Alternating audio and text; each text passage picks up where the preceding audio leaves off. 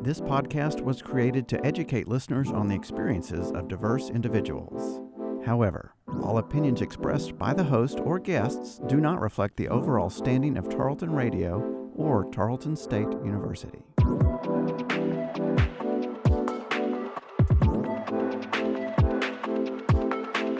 Hello everyone, welcome to Making Space, a Diversity Dialogue. I'm your host, Cole. This is a biweekly podcast where together we'll have questions answered about socially sensitive topics while learning how to create lasting relationships with diverse people. As most of you know, at the time of this recording, the United States is experiencing an incredible amount of social movement and adversity among civilians and law enforcement officers. As of May 25th of this year, George Floyd, an African-American man, was killed during an arrest by Minneapolis police. He was suspected of using a counterfeit bill at a local convenience shop, although later the bill was proved genuine. He did die due to tactics used by the apprehending officers. Though not the first African-American life lost by such law enforcement measures, due to bystander video and accessibility of mass media tools like social media, this incident spread through the nation and through the world and sparked a time of civil unrest among citizens of every race. Now, protests in Minneapolis did begin the following day and then spread through the entire United States as of May 27th, hitting bigger cities like Dallas and even smaller towns like Stephenville, Texas. That brings us to our special guests today, all three of which spoke and participated in the Stephenville, Texas protest. Our first guest is Alex Jimenez, who organized the protest here and is currently a doctoral student at Marquette University Law School. Thank you for coming on, Alex, and congratulations on that. And then Dr. Reggie Hall is our next guest. Oh, yes. Sorry about the audio delay, listeners. We are doing a Zoom call, as you may know. Dr. Reggie Hall is our next guest, who is an associate professor and department head with the College of Business Administration at Tarleton State University.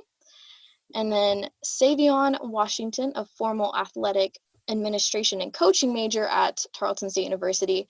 He is also a local business owner and founder of SW Fitness. Thank you guys so much for coming on. I'm glad to hear you guys. Go ahead and say hi to the listeners.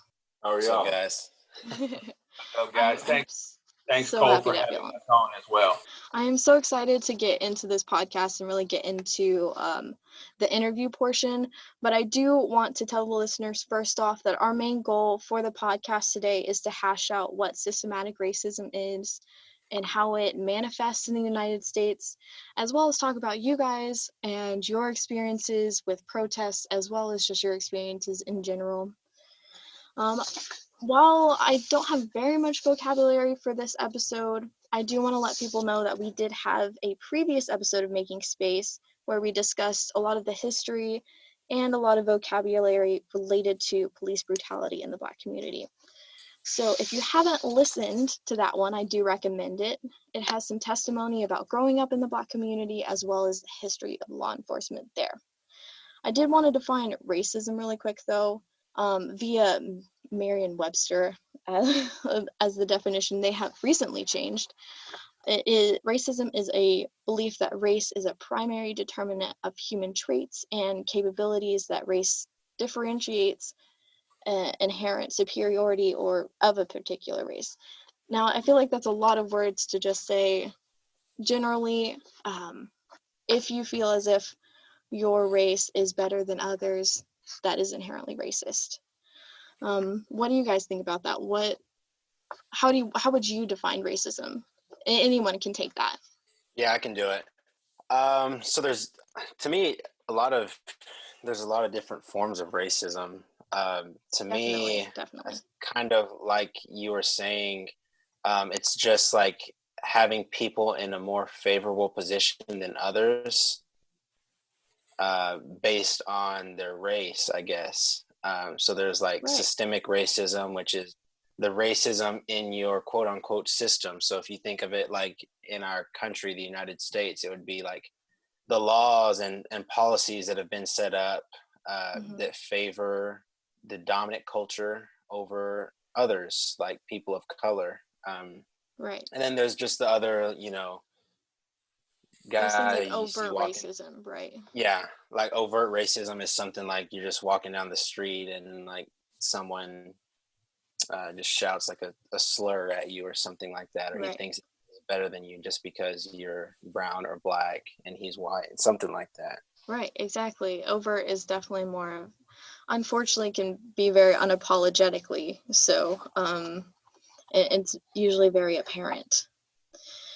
Did anyone else want to talk about that, or do we want to move on to more questions? I'll go ahead, Cole. So for me, I think systematic, or however you pronounce it, I think it's more like I like the youth. I like the younger generation. I always think about like schools. Go to like the lower community or like the poverty schools, so to say. I grew up in areas like that. And you don't even put enough money into the schools to even like to have the kid around like knowledgeable people that are positive. Right? You're just around negative. They do. I think let's just say the black community. I think they struggle more with like racism just because they have nothing. Right? All they do is like they're just survival of the fittest. Like you have to rob to survive. You have to steal money from your mom. It's all like you have to sag. And I say you have to. It's just the way they brought it up. That's the way they came up, and that's your product of your environment and stuff like that. So exactly, I think, it's the social norms, right? That you're set at from a very young age.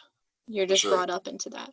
Yeah, we could tackle this whole idea of systematic racism and overt racism throughout the entire podcast, and I'm sure that's kind of, you wanted to target that, and so we won't focus too much. But yes, as Savion described it, you look at the school systems, or as Alex mentioned, you looked at any of our legal systems, and you see that the racism existed so long ago because of the privilege and who made those rules. And we look at our school systems and our school bases, and obviously our schools are tax-based, based upon the representation, the economic factors that coincide in that particular area, that city. And so you see those that tend to be, it's not necessarily intentional, and maybe it is intentional, but it creates an unintentional impact, which is systematic racism in my but it is still racism nevertheless.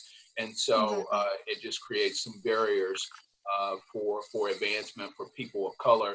And again, so, like I said, some of it we never know oftentimes, and that's the confusion, because it becomes uncomfortable talking about the impact. I'm reading a book, or listen audio book, and I finished it, and I'm going to read it again. It was Robin DiAngelo with White Fragility, and she talked about looking at intention and versus impact, or actually the other way. She was just discussing those two words of when we talk about racism, intention and impact, and I thought those were powerful words. And so yeah, I think we see, at least I feel like a lot of my listeners will probably see it as they don't realize what things are happening, or just that they don't realize what the effect will be if they make a certain decision, or if they say a certain thing, or if they set about policies a certain way. And I think it goes back to having representation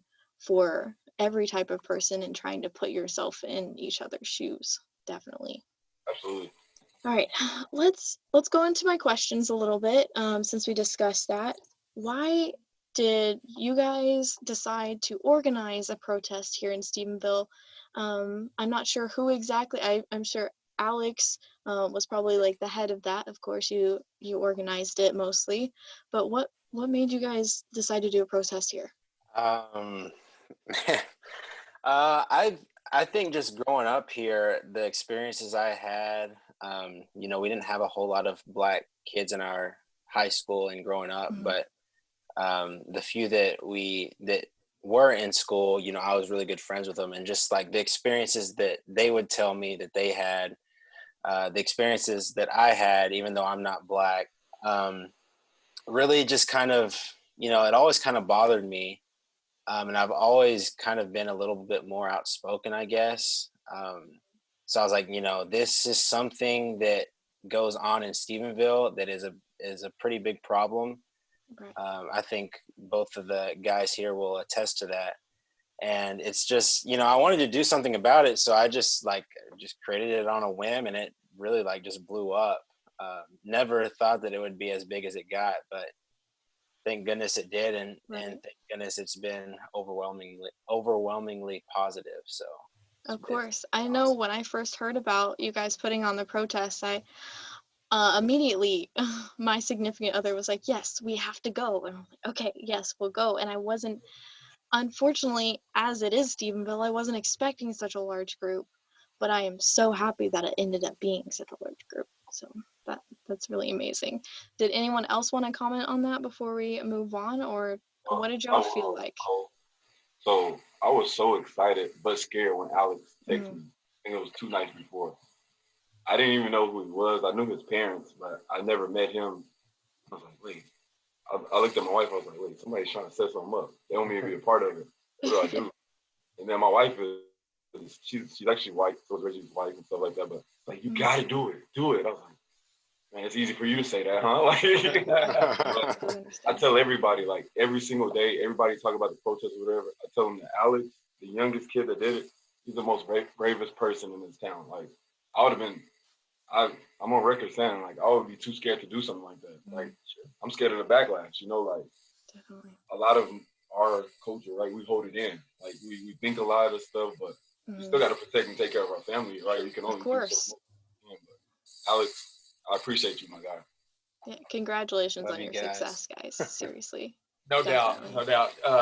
He did a great job initiating, and just I think he contacted Jayden Freed, who contacted me to ask me to get involved, and I spent a lot of time trying to debate, should I be involved? I know I needed to be involved, but you also have this struggle to balance between being a Tarleton professor, also being a parent, being responsible, but you also have to be a responsible citizen as well. And so it was a great opportunity for Stephenville, and I know it was a great opportunity for me, because it as much as it impacted everyone else, it impacted us as well, to have a platform to be able to speak out and speak openly, because there is a lot of caution.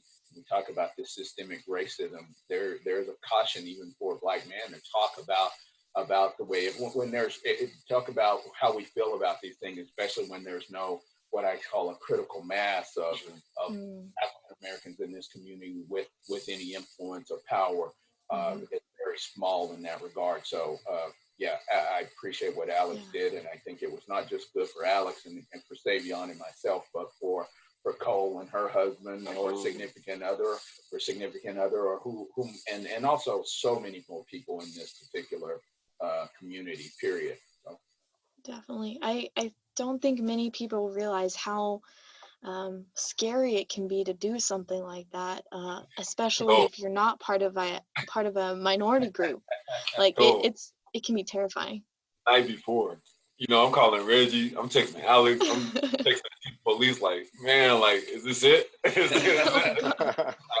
That's my last night. This last ride. Yes. Oh, yeah. I know. It was terrifying. I was so scared. Definitely. I was so scared, but thank goodness it went well. Sure. Yes, and peaceful. Yes. Right. Definitely.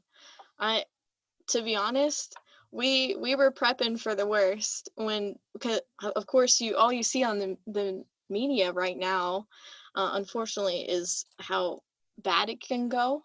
A lot of the violence associated with it, but it's something that needs to be heard, and I'm glad it was heard here, definitely. All right. What was your experience with law enforcement? I know you mentioned some in the Facebook event that it went well, but why don't you go ahead and tell podcast listeners how you worked with law enforcement with the protest? So I created the Facebook page like Sunday afternoon, and I guess they got wind of it, like the police department, and they reached out to me Sunday night. And I was like, oh crap, no. What did I get myself into? And I'm not gonna lie, I had my doubts, and I was pretty hesitant, but I wanted a bunch of people to come with me just to like kind of bridge the gap, and I knew that these two guys are very well respected in the community, as they should be, and I was like, I wonder if they'd like to be a part of it. So thank goodness they joined me. And I mean, it really like opened my eyes that first meeting, because the police officers were like so genuine and understanding, it seemed like. And they are, not that it seemed like, but they were, like, in my opinion, like they were just friendly, understanding. They supported us, and they like agreed with us too, which That's meant amazing. a lot. And just building that relationship with them, you know, because I know, not just from the media, but you know, a situation here or there that I've had, you know, it kind of builds that distrust between It does. me and law enforcement. And now, like, I feel way more comfortable because I know that those guys that we've been speaking to and meeting with, you know, they have my back. So that it's meant a lot to me. Yes, that is really, really amazing. And I'm glad they were behind y'all. How did y'all feel with the police presence there? Were you trustful, or was there still hesitation? I think after having that conversation with the chief of police and his crew, I think there was 3 other individuals there present, and they were so positive that I felt confident that they were there protecting us as citizens, and being able to protect our First Amendment rights, and so that gave me a lot of confidence, even in spite of what's happening national-wide with the distrust of black. What it seems to, you've heard this, the black versus blue. I didn't feel like that was going to be the case in this situation. They asked to march with us. They asked to be a part, and they wanted to make sure it was safe and it was appropriate, and that they respected both the marchers, the protesters, as well as protected the local community. And they went up above and beyond, for sure, in order to make sure all of those things happen and more, even things that you guys didn't get to see. We've even had an after action meeting after protest review with the last Friday, it was a week ago. And so we learned a little more about what they did in order to make things better. And so I was pleased and happy to have them supportive. And I think that's why it went well. That's why it was so successful. And then for me, Cole, not to cut you off. No, it's fine. Go ahead. I told Alex, I told Jamaica, you know, everybody that was part of us, Miss Towns, everybody. That was like the most powerful meeting I've ever been to in my life. Like, obviously you grew up, or I grew up, we feared the police, right? Like, if they get behind my mom while she's driving and she yells, "Everybody shut up." I'm like, wait, if we talk and get pulled over? Like, I'm confused. You know, like, shut up. You know, but sure. It's like, you always have this nervous feeling around the police, you know? But as I got older, as I learned to love people for who they were instead of like what I thought they were, I learned that they're human just like us, right? Like, exactly. They're brave men that go to you know, work every day, not knowing if they'll come home that day, you know. So it was amazing. Like Chief Harris, Dan Harris, he's been phenomenal. He actually like, I train at the park out here, JC Park. He pulled up this morning and just hopped out his truck and was like, "Hey man, how you doing? Everything good?" Just like, I didn't ask him to be there. He didn't tell me he was coming. It's really cool. High-fiving the kids, like, knowing that we can work together and help each other. That's the change we need. Definitely. I think it's important to stress during this time that it isn't that these protests are trying to put Black lives on a pedestal. It's about bringing you guys up to where you should have been and making that equality there, and really just being humans together and having relationships with each other. So that, I'm really happy to hear that you had that experience. Definitely.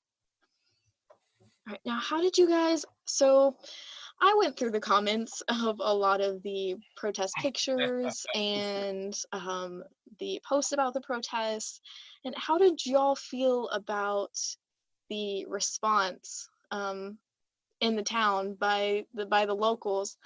How did y'all feel about that? How'd you respond? Oh man, I told my mom to get off Facebook because she was getting pretty worried. Yeah. I mean, I think I put it on one of the updates. what we're trying to stress, and kind of my goal through this whole thing is there's three things: there's peace, love, and equality. Mm. And that that's unfortunately a lot of the locals were not thinking that, but Right, there was definitely a lot of that, negativity on social yeah, media. for sure. And on that was just for me. I was trying to like just calm everybody down, but that's like the basis of the whole thing.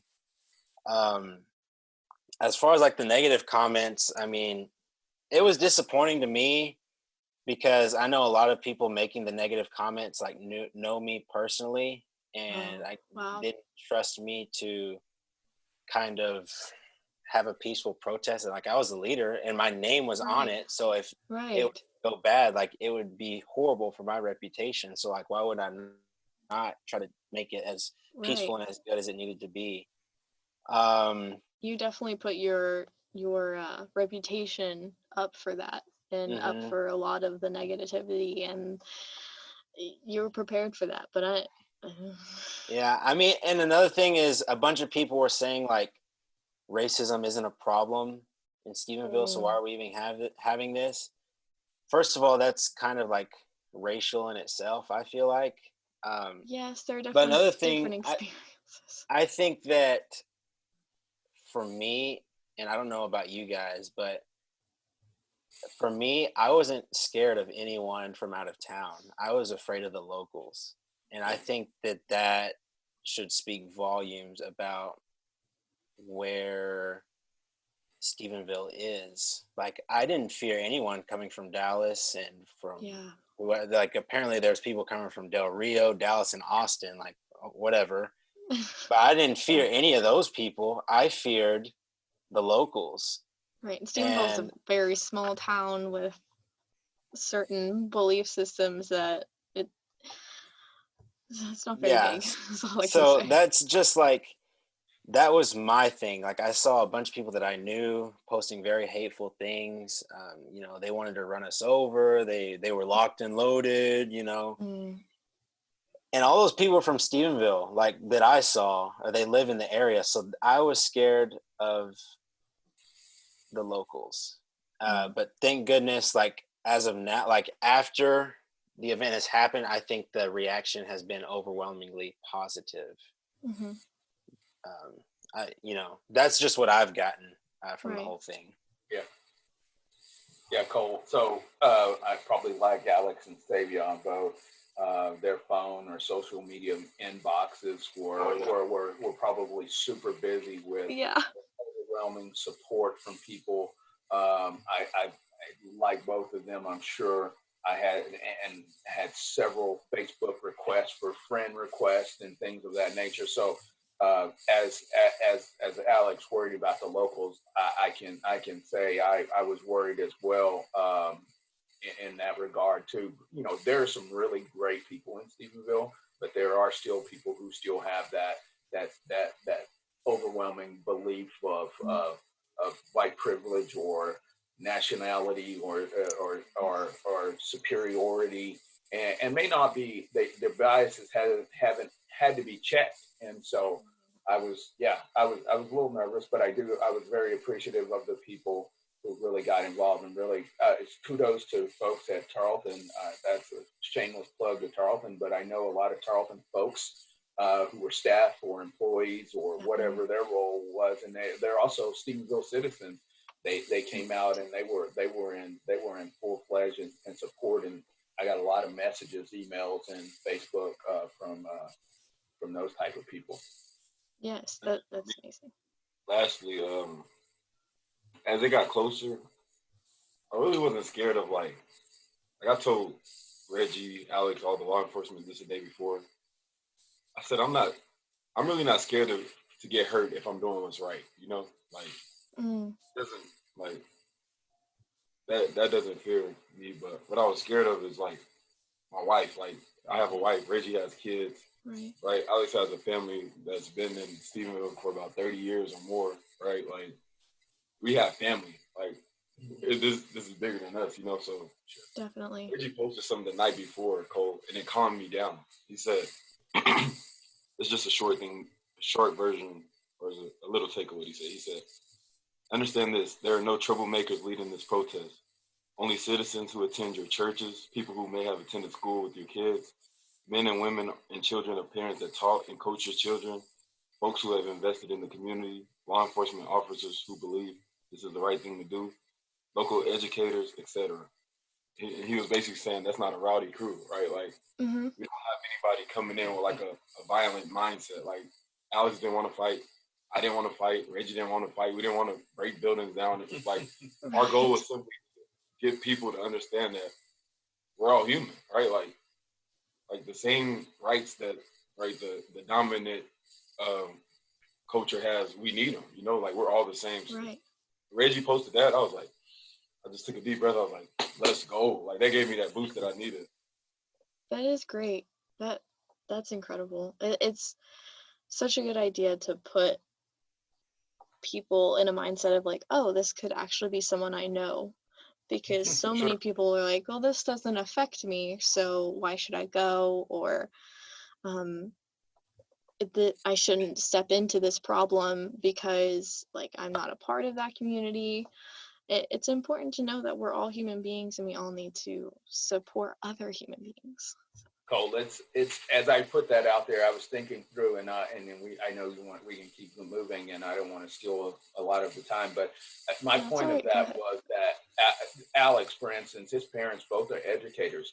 They have impacted pretty much every kid has come through, been impacted by them, white, black, Hispanic, Asian, whatever culture. Savion has coached so many kids of all races and ethnicities. Every day he's out there, and I work at the university. Plus, I've coached kids in this community since I was 25, so 17 years.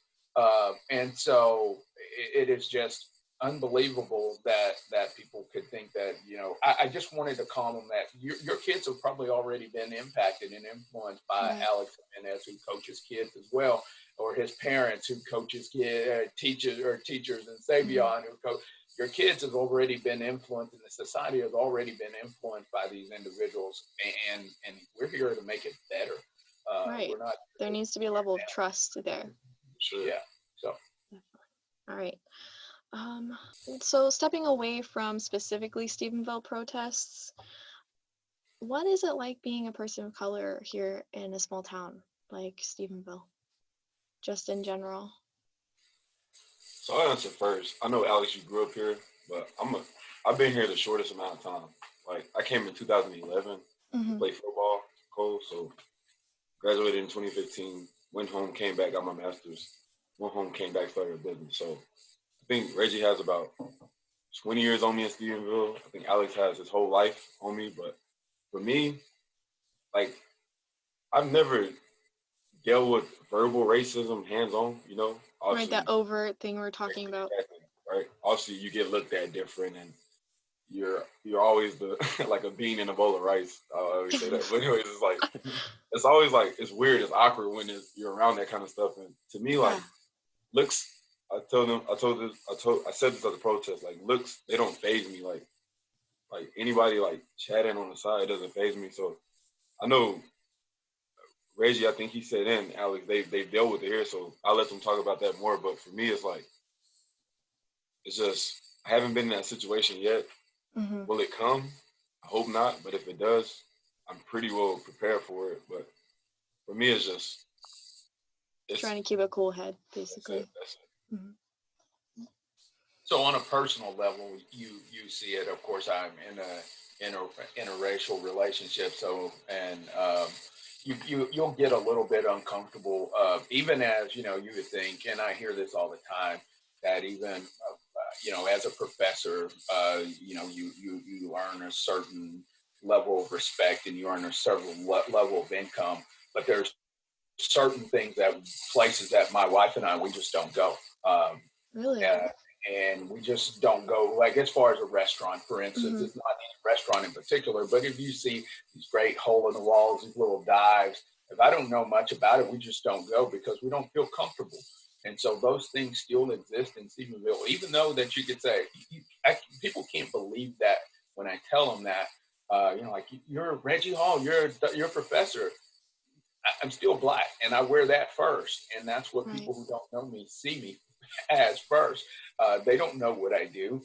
They don't know who I am. They don't know my education, but they do know what I look like, and so you get some kind of uncomfortable looks, and so those things still exist. And so you're always mindful, as I mentioned to the law enforcement folks. I wake up every morning, and I'm mindful that I'm a black guy in Stephenville, Texas, and in the United States, period.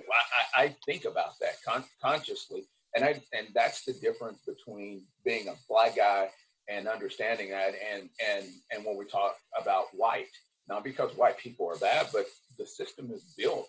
This system is built and predicated for whites, and so when they wake up, you don't think about being white. You don't even have to acknowledge that. Exactly. So yeah, it exists, and it's not a knock, and it's not a knock on white people. It's the reality. So anyway, I think it almost goes back to that kind of the toxicity of the you don't see color language, or like that idea that, well, I don't care what color your skin is. Well, okay, but there are different things that affect people of color. There are different things that affect indigenous people. There are different things that affect black people. There are different things that affect Hispanic people. Like, there are differences that you have to acknowledge, even though me, for example, as white, I don't have to think about wearing my skin color everywhere and figuring out, did that person look at me because I have a certain skin color? I mean, I have other things, but it's, you definitely have to think about where other people are sitting and what other people experience every day. So great. Definitely. Yeah, I know for me, it's just like there's always kind of a little sense of like discomfort. Like when you're out, you get the looks and you're just like, it's just weird. Like when people are just like staring at you, looking at you, you're like, dude, like, what are you looking at? It's right. I don't want to say, it's just annoying. It's uncomfortable. And you can't do anything about it because, you just can't. It's just the way it's not something you can, it's not clothes you can take off, or yeah. A t-shirt you can stop wearing. It's And then if, say, like, for example, say like I've had, a couple of difficult experiences with like a white male or something like that. Well, I don't know that white male specifically. So anytime that I get around like a white male or something like that, it's just like, oh crap, maybe this is the guy that did this to me, or like, it's just a level of like discomfort. And there's a level of trauma there that is just constantly has you on your toes, basically. Yeah, you always have to be very, very mindful of your surroundings, and it's I mean, it's just something that we have to deal with. It's, I think Reggie was saying it good. It's not a knock on any type of people. It's just something that we have to deal with that maybe white people don't necessarily have to deal with all the time. Right. So many people are kind of shocked to find out that there are some issues like this still happening, like racism, for example. People think that it's ended due to segregation ending, and they're like, why is this still happening? I didn't think this was still happening in the United States. How do y'all respond to that?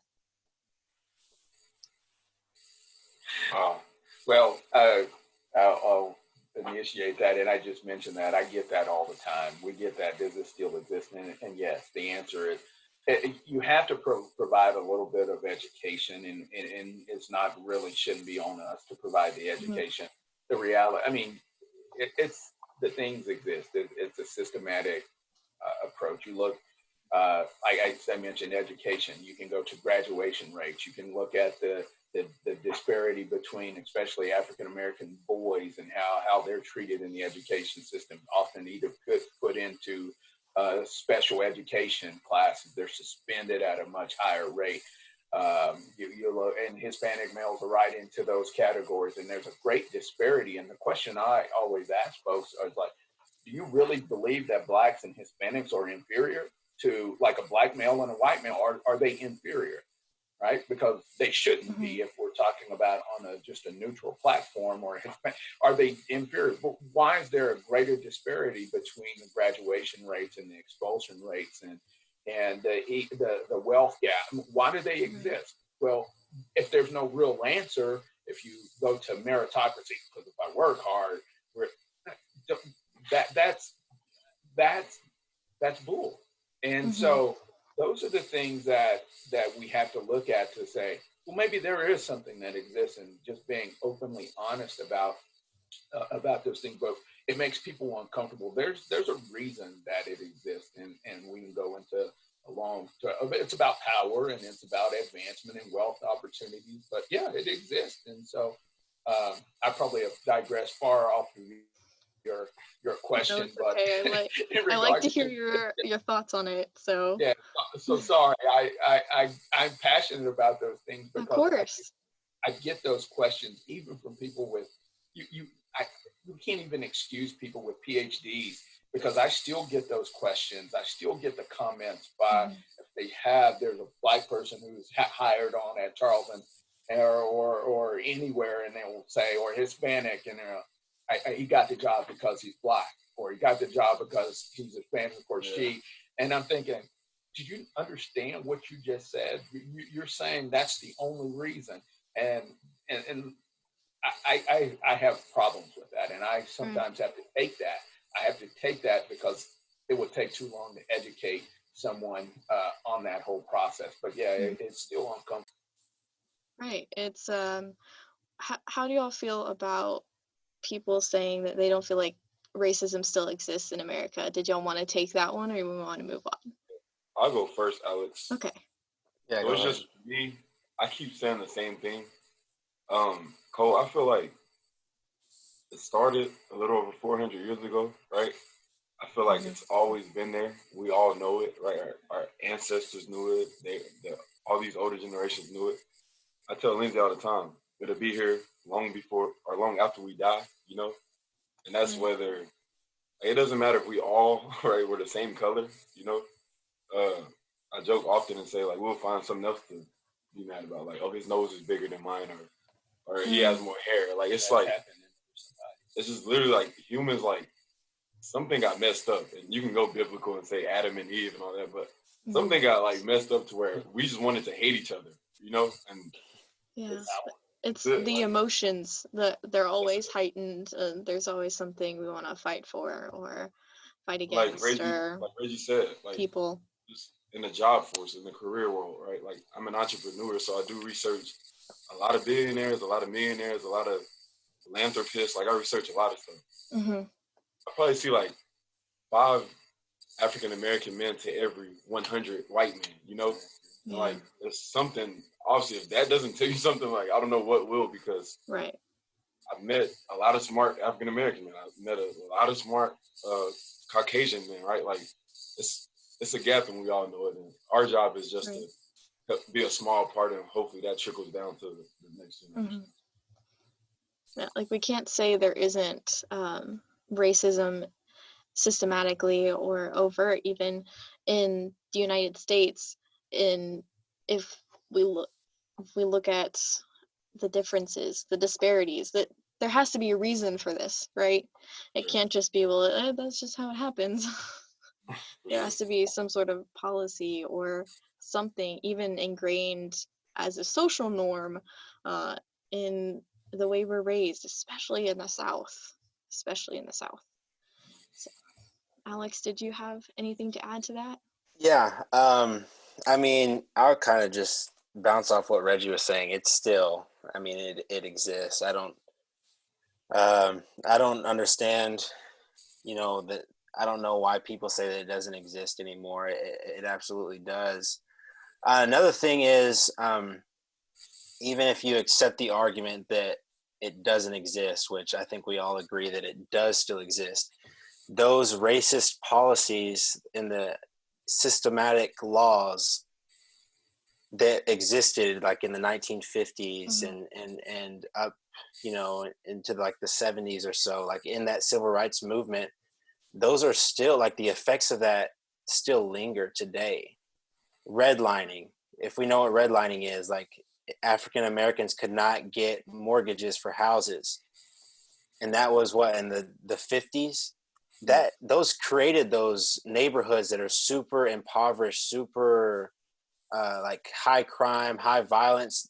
That's a product of redlining. Even those neighborhoods today are a product of redlining. Those people that moved to inner city Chicago in the 1950s still live there, and those communities are still just ravaged by the effects of those policies.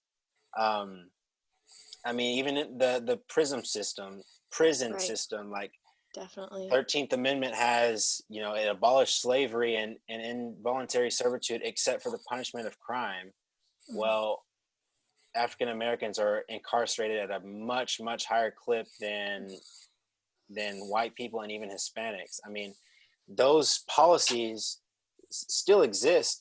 Not okay, the 13th Amendment still exists. Redlining doesn't, but the effects of redlining and like Still policies still linger. And it's so difficult to overturn that because it did so much damage. It did so much damage to those communities. It's going to take a long time to overturn that. But yeah, and then, you know, and then just attitudes towards people, you know,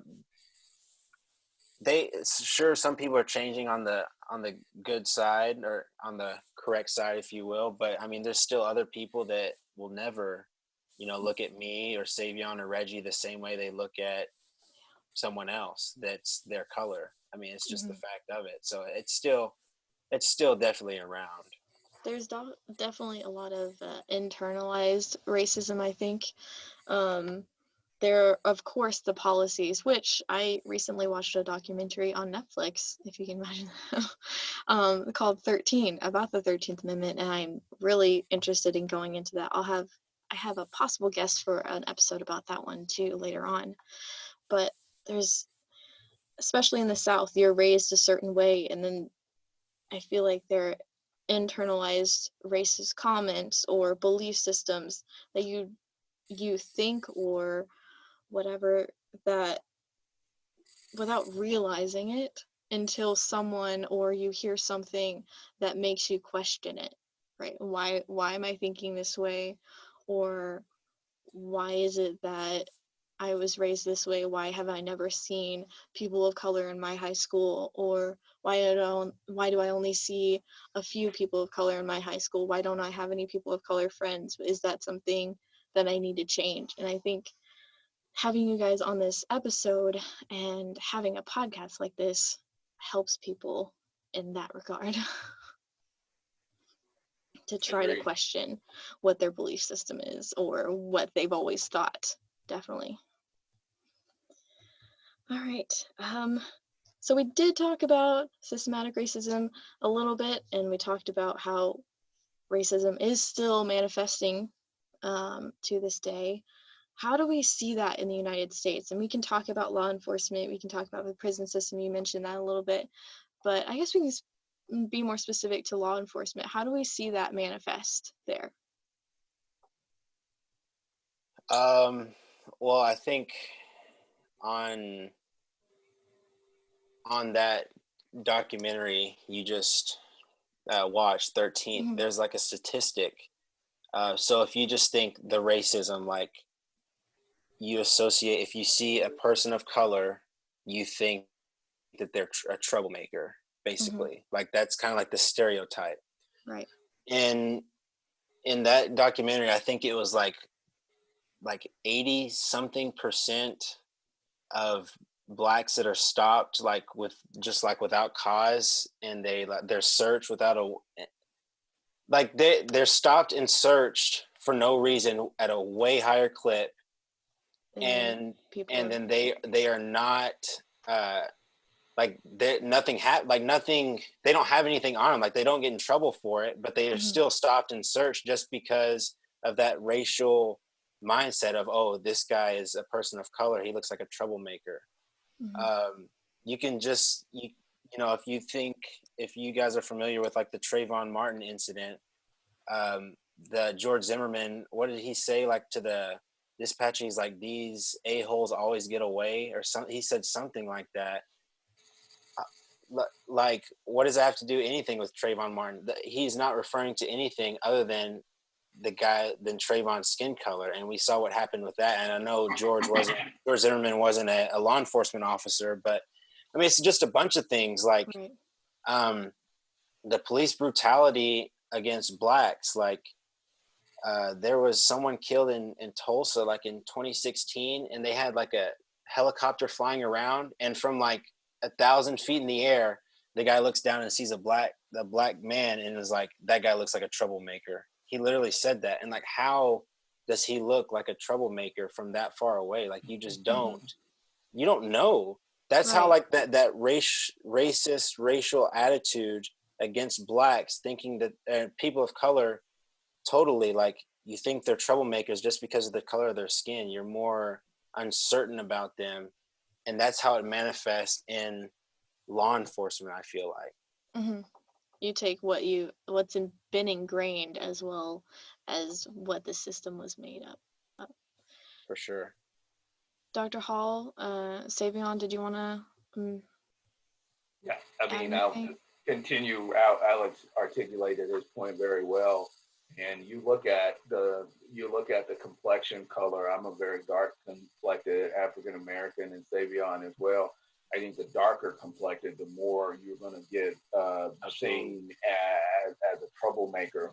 Here, give you a quick example of this, of these things that happen, and it didn't. Nothing ever happened to it, but there was a burglary, a robbery of a Tanglewood pharmacy not too long ago, maybe a couple years ago. And I was on my way to work, but I was in workout clothes because I was going to go to the gym first. And so I kept seeing a helicopter circling by our neighborhood. I didn't know what was going on, but my wife, as I'm taking out the trash and getting ready to go to work, she comes outside and she said, hey, there was a burglary. You need to be aware. And that's why the helicopter's searching. And they were searching actually for an African-American man. And I think the description was shorts and some type of shirt. And I'm walking around, and I think it was the exact same color I happened to have on. And I walk around, I'm fine. And I thought about it, and I thought, you know what? I am not fine. So I went back in and changed clothes and made sure I put on something that was different, because I don't know. I don't know. Well, I do know how society views African Americans, and oftentimes it's very same size. We're all bad. And so, I even me being, living in the neighborhood I lived in, I went back in and changed clothes just because of that perception that I know still exists in the minds, not just the people in Stevensville, but it can be a nationwide deal. Being black is bad oftentimes, and we have to get better at ridding those stereotypes that black men are scary and they're harmful. They're going to rape your women, and they're going to rob they're going to rob your homes. That none of those aren't true. Those are fallacies that we've interpreted to be the reality, and we perpetuate that into reality. And you see these law enforcement, many times they are very fearful when they see African American male, and the bigger, the blacker, the worse, the more dangerous they are. Absolutely. Then lastly, I'll tell y'all a quick story. So like, from what we see a lot of men that deal with it. And obviously we can bring up Sandra Bland, names like that. So my wife, we met here at Tarleton. She played here for 2 years. Then she transferred to a school in Oklahoma, and I stayed here, right? She was like maybe 2 or 3 white girls on the all-black team, Mm-hmm. She was one of the only ones that had a vehicle to get her teammates around for food, pharmacy, anything like that. So one night, her and her friend one night her friend that had a car drove Lindsay to like a store or something, and they got pulled over by the police. Mm-hmm. And her friend she wasn't fully black, but she was mixed, right? Darker complexion. Right. She was driving, and when the cop pulled them over, the driver, which was the mixed girl, she said, "What did you put me over for?" And the cop had said, "We had a call about a suspicious blue car in the area, Lindsay interrupted that conversation, and Lindsay told the cop, "But her car is silver. Why did you pull her over?" Right? And Yeah. I never knew this until this girl texted Lindsay like 2 weeks ago, or when we were in the heat of this police Right. All of brutality. the. Yeah. And the girl said, "Lindsay, I just thank you for that day. Like, I looked at him in the eyes. If you could have saw his facial expression, like you really like, I don't know what would happen, but your voice just did something." When I read that text, it gave me like chills. I'm like, so I'm the black guy, right? But my wife, Right. she has been like front line with it. I'm like, man, maybe you should go talk. That's what I told Lindsay. But it's just stuff like that. It's real. Like, Right. man. I mean, there are plenty of videos and accounts of Black individuals saying one thing and then just people not hearing, and then we have white allies saying the same thing and they're like, oh, I see. And that just shows that there's a disparity here, For sure. that there's some reason that you can listen to something a white person says, but the same thing from a Black person is just not heard. And that's definitely an issue. And for you to say that, like, that's huge. Like, All right. Since we are talking about law enforcement, and of course all the protests are related to law enforcement and their tactics and arrests and all of that, the acronym ACAB has come up a lot during protests. Some people are getting it kind of confused, thinking it means all cops are bad. A lot of people have said that, but it does have the original meaning as all cops are bastards. I've heard a few accounts of exactly what this is like associated with, as in like a bastardized system, but how do you guys feel about this particular term being used, and do you agree with it? Are you indifferent on it? What do you guys think? I wouldn't agree with that at all. Even if it's part of a quote unquote bastardized system, you know what it's kind of getting at, and I don't agree with that at all. I think it would be with the men that we've met with and built a pretty good relationship with. I think it's extremely disrespectful to them. I think they're great people. The police officers that we've met with. I don't think it's ever good to just like group a certain type of person or people Together, into right. one, together like that. I don't think it's good at all, because then it just, if you think one cop is bad, it encourages like stereotypes and hate and I from the personal experience that I've had in the past few weeks with the police department of Stephenville, I think Stephenville is very, very lucky to have the people that they have in charge of that police department. So no, I don't agree with that at all, and hope that they come up with a different meaning. I've never heard of that, by the way. That's the first really? time. Okay. Yeah, I've seen it they come up around with media, like posters and stuff. So I wanted to bring it up, see what y'all thought about it. Yeah, no, that's great to bring to the attention. But I would probably, based on our experience, I know I do have friends who are Black, who are police officers, and a couple, all three of them actually are in the Dallas area. I think Grapevine and both the other two work for Dallas Police Department, and for me to sweep them to paint that picture for all cops would be inappropriate. It's the same thing that people would do what we're doing with African Americans and males, and so I think that's unfair. Is the system bad and some of the practices bad? I think that's where the change has to happen. They've talked about defund the police. I haven't read enough to know about that, but that doesn't seem like maybe the right approach. Again, I'd have to do my homework to figure out what that really means. But I do know there needs to be some real hard changes, some systematic changes, better training for those, more accountability, because I think that's where people go crazy. That's where we see the riots and whatnot.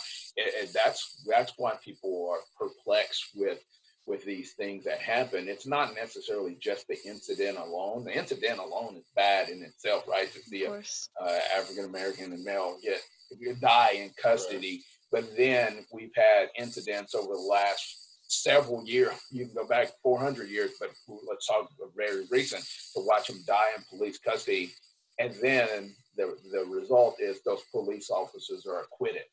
That's the challenge, right? So you got to couple those things. We look at it as one incident, but we're coupling. They're not culpable for whatever they're doing, and so that's why you have the people who feel like they have no voice anymore. The people who are educated or want to be educated and want to do it in a peaceful way, we organize protests and do things what I would consider the ideal and the right way. And those who feel like they're voiceless for whatever reason they may have come to, then they riot, and that may be the tactic that they take. So,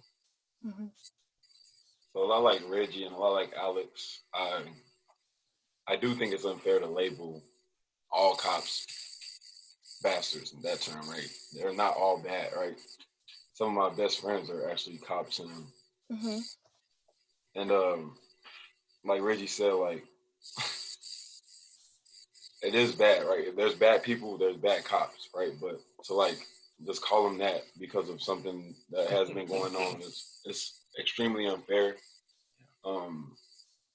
And I also thought about this while y'all both were talking. Like we're just talking to, like I remember Alex when we first got there. Alex spoke first. He said Emmett Till, Trayvon Martin. He was just naming everybody, right? Like it's kind of sad because as he was naming them, I was like, remember, I was like, man, he's right. Like it happened when I was that age. That happened. You can just remember. Like I wasn't even alive with Rodney King, but I remember that story well. And imagine Cole, Alex, Reggie, imagine everything we don't see, right? What wasn't recorded or what didn't make the news or what didn't make the media, like white or black, like it's something has to change. Definitely. And I know there have been so many lives lost since then, since even May 25th, on both sides. And it's just, I'm glad to hear y'all's opinion on that, because honestly, as someone who wants to be an ally for different groups of people, I really have to step back and see what this group is saying. What do you guys want from allies? And it's good to know that some things like this just aren't what you all are looking for. This is not what it's really meant to be. We don't want to group people together and assign things to them. It's about each individual human being. And there are plenty of cops out there who have started to kneel with protesters or have marched with the protesters, like in Stephenville. And of course, there have been people who've taken advantage of the protests on the same side. So another compliment to the Stephenville authorities, right? The local enforcement, they're phenomenal with us because, like, when we meet, it's like everything, like phones are out the window. Like we're just so engaged and we're connecting. Like, I was talking to my wife and her sister last night. Like the thing that always gets messed up is some people, they don't listen to like hear, right? They don't listen to understand. They just listen to talk. They're just ready to say their 2 cents. But when Alex, Reggie, me, Chief Harris, Halsey, all of us were sitting down, like we're so locked in. It's like effective communication, right? We want to know each other. We want to know what we do over here and what they do. And like we have a group text. We have a group text with like 12 people in it right now. And we just send each other podcasts, news articles. Like they send how they feel. We send how we feel. Happy birthday to Alex last week. It's like we're a team just trying to like show people that it can't happen. So big kudos to Stephenville Police and this community. Right. We talked a little bit about how officers and law enforcement have started taking a stand against this kind of behavior and banning certain techniques and updating use of force rules and stuff. And in Dr. Reggie Hall, you talked about the defunding a little bit. That's more research based. I just recently started hearing about that, and I don't know too much about it either, so I don't think we'll touch on that as much. But what do you think are some steps that we should take as a nation, as a state, even as a local community to try to fix this problem?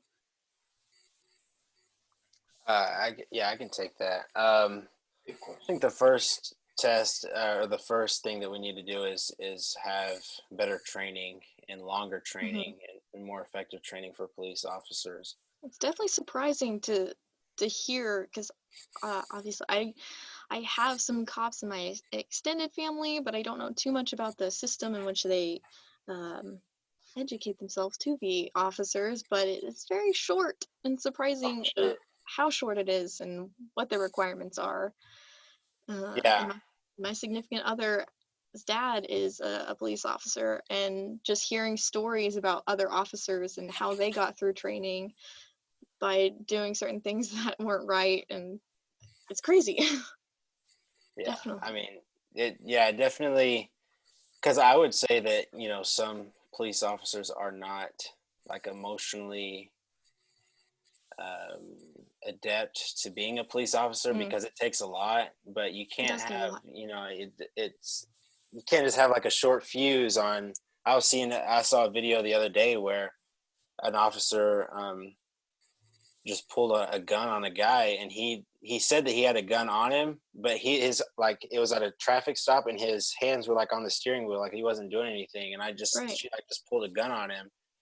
Some like things like that, maybe better training. I don't know. I'm sure the police themselves will know how to go through better training, but better training in general. And then I think like bridging the gap, like more community events that gets like the conversation started. I think at our after action meeting, something that I've kind of thought for a while, but I'm not Black, so I couldn't really attest to it.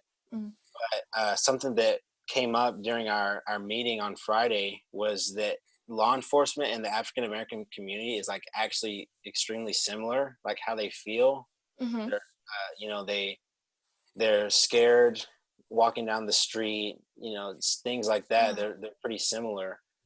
So getting that conversation started, like bridging that gap, more personal relationships, personal communication with law enforcement, I think would go a long way for both sides. Like, say a school in Dallas, for example, like get Dallas PD into those schools, and like it doesn't have to be anything official. Like just have an officer like go eat lunch with a group of kids maybe, and like build like that kind of connection. It doesn't have to be anything that big, but build that connection, build that trust, and a little bit at a time, maybe it'll go a long way. Definitely building those relationships, and that's what this podcast is really trying to help do. And I think that's very important, building that communication, because even as someone who's never had any issues with law enforcement, I'm still honestly scared because of their authority, and there are plenty of people out there who have even more reason to be scared of just being pulled over for a traffic stop or something. So to build that relationship is very important. Make that human connection, definitely. So Cole, I'll keep my response short and sweet. When we met the first time with the law enforcement, as we kept going on in the conversation, I kept thinking, it's because like I love to motivate people. Like I actually want to be a motivational speaker one day. So I'm big with like mental health and life coaching and stuff like that. So I was like, so y'all are all police, right? You keep telling us you've been doing it for 20 years, 30 years, right? All these years. There's no way, and if you are, I totally commend you, but there's no way you're the same, like that same passion, right? You've been doing the same thing over and over, year, but like that same passion when you took the job at 20 or 21, but now you're mid 40s, early 50s. You probably had some wear and tear, right? Maybe a divorce, maybe a car wreck, maybe lost a kid, maybe couldn't pay bills, bankruptcy, all that. Like that weighs down on people. So like, I'm thinking like, do y'all do any like mental health training, right? Like, do y'all exercise often? Like, do you have a area in your station where you can just like shut the world off for a minute and just like work on your physical fitness or your mental fitness, and like, I think that does play a huge role in. But one of the cops made a good point. They told us, man, if you do research, it shows, our statistics show that cops, their life expect, or I hate that word. Dr. Hall, help me. Life expectancy. Yeah, that's it. Yeah. But Yeah. it's only like mid-50s. They have heart attacks. They have strokes. Mm-hmm. Like, I feel like, right, you're stressed out. You're tired. You can't shut your brain off. Like, they Lots need people to help them. Like, I even joked with them. I was like, I would come in for free and just like talk to y'all like once a week or twice a month. Like, just get to know you all and like let you share your true feelings with me. And I feel like I'm not gonna say it's 100% of the reasons that people have died or police brutality, but I think that plays a little role. Like, right? That's just my thoughts. Mm-hmm. Yeah. Definitely. And I'm gonna wrap it up with just one more question for you guys, okay?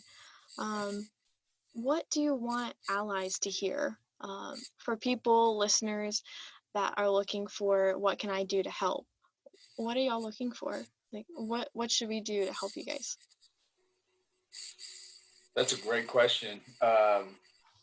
You always ask, what solution-wise, and I think getting engaged in things that you've done, like Cole, having a podcast and having this conversation, being a part of the protest.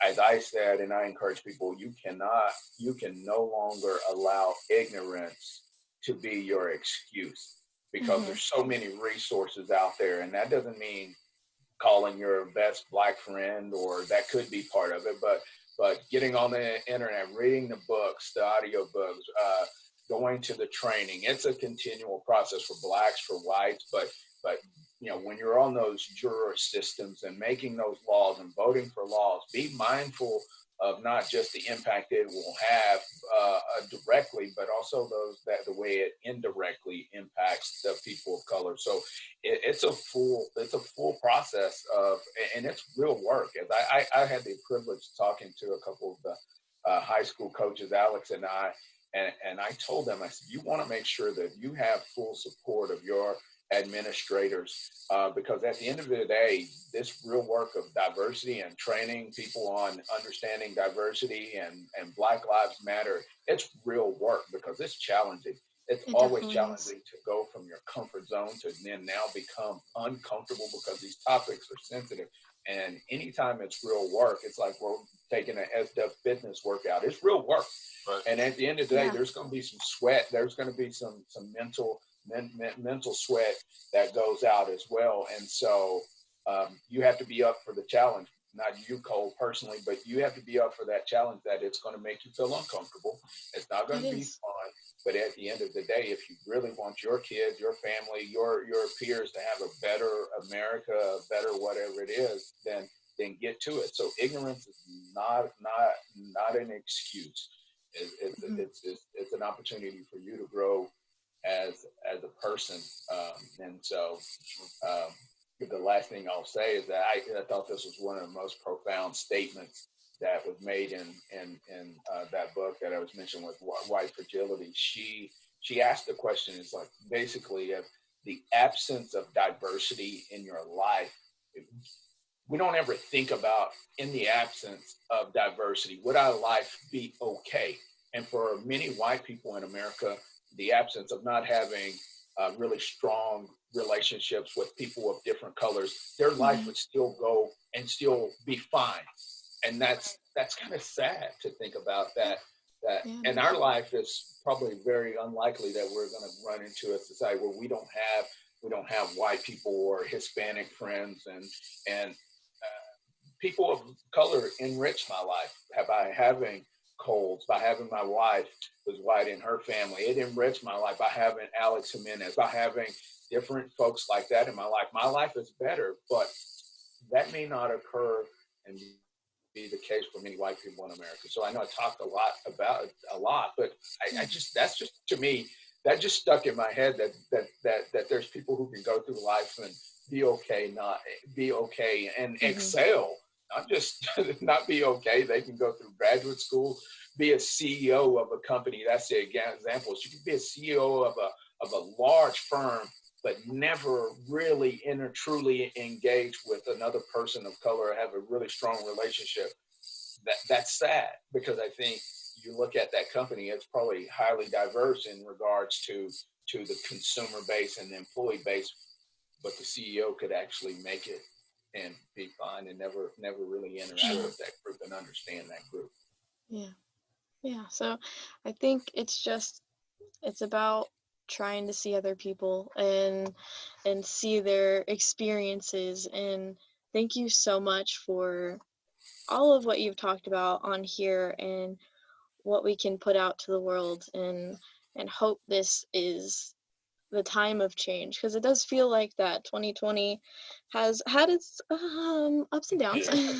Sure. But I'm really hoping that this will spark a higher change than has been in the past. So I think I'm going to end it there, guys. Thank you so much for coming on. Thank you, Cole. Thank you, Cole, for having us. All right, folks, thank you so much for listening. We talked a lot about different things and a lot of topics that can be kind of uncomfortable sometimes, but it's really important when you're building those connections with diverse people that you put yourself in their shoes and learn more about it. And that's what Dr. Hall was talking about. As an ally, we just got to keep educating ourselves and listening to people and seeing what they experience.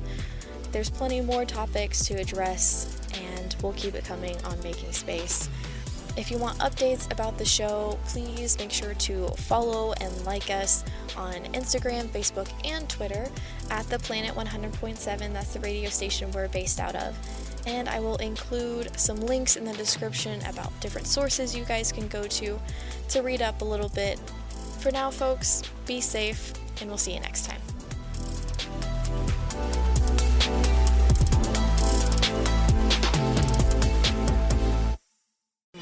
This has been a Tarleton Radio Network podcast with production from AJ Heyer and Taylor Welch. Find more great shows by searching Tarleton Radio Network wherever you get your podcasts.